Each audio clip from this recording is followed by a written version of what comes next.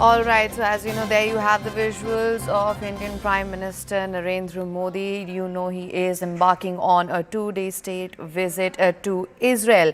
Prime Minister Modi embarking on a two-day state visit to Israel. The Prime Minister is scheduled to hold their wide-ranging talks with his Israeli counterpart, Benjamin Netanyahu. Remember earlier we'd gotten you information on how Israeli Prime Minister Benjamin Netanyahu will be receiving the Indian Prime Minister.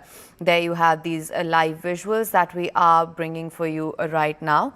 Uh, of course, there are a series of programs which are to be held in Jerusalem. The Prime Minister will also be addressing the Knesset while in Israel.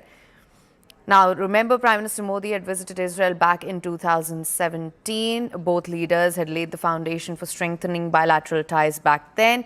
This time, there is going to be a focus on deepening bilateral ties. There's going to be a focus on defense, further cooperation when it comes to technology. This is the Prime Minister's two-day visit. He's embarking on this two-day visit. These are the live visuals that we're getting for you right now. The second visit in 9 years for the Indian Prime Minister to Israel. Trade and defense are going to feature majorly on the agenda during this two-day visit. For more on this, we have Zaka Jacob live with us. Thank you so much for joining me. How do you assess the significance of this visit given the volatility in West Asia? Well, the timing is significant, no doubt about it. But I think the very fact that Prime Minister Modi becomes the only Prime Minister to have ever visited Israel, and that was twice now. His last visit was in 2017. So this is the only second time that the Prime Minister is visiting Israel. And it comes at a time, as you said, there is growing concern in West Asia about whether there's going to be an imminent attack by the Americans and the Israelis on Iran. There's an armada of ships and destroyers, aircraft carriers, two of them that have been moved to that region, to the Gulf of Persia. And Trump has been ramping up the pressure on Iran to try and cut a nuclear deal. So I think the next few days are going to be critical. Today, the Prime Minister will be speaking to the Israeli Parliament, the Knesset, later this evening. In fact, he will become the first Prime Minister ever to address the Israeli Parliament. He will also have a special private dinner with Prime Minister Benjamin Netanyahu. I believe that both Prime Minister Netanyahu and his wife, Sarah Netanyahu, will be at the airport to receive the Prime Minister. He will also be meeting with the Israeli President, Isaac Herzog. And there will be a host of agreements that will be agreed to on defense, science and technology, agriculture.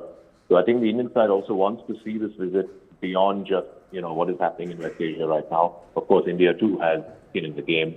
The Prime Minister has said this in the past as well, that they would want the war in Gaza to end. They would want a ceasefire, which has now taken effect over the last few months because of President Trump's efforts. There is now the Gaza Peace Board, of which India is not a full member but an observer in the last meeting in Washington. And of course, this concern around Iran, because for many years now, India, because of the sanctions imposed by the UN, had stopped importing Iranian oil. But the last thing that India or any other country in this region or beyond wants is a full-blown military confrontation between Iran and America/Israel, because that has the potential of having repercussions around the wider region. India has a large number of expats around the entire Middle Eastern region, I think close to 10 million of them. So I think these are concerns that India will sort of weigh in with the Israeli side. India will also want to know from their point of view as to what is the next step vis-a-vis Iran. There's also crucial talks that happen in Geneva tomorrow after the Prime Minister leaves Israel. And I think if the Iranian side does not come back with a concrete proposal on zero enrichment or near zero enrichment, I think then the gloves will be off and potentially you could see some kind of military action initiated by the Americans.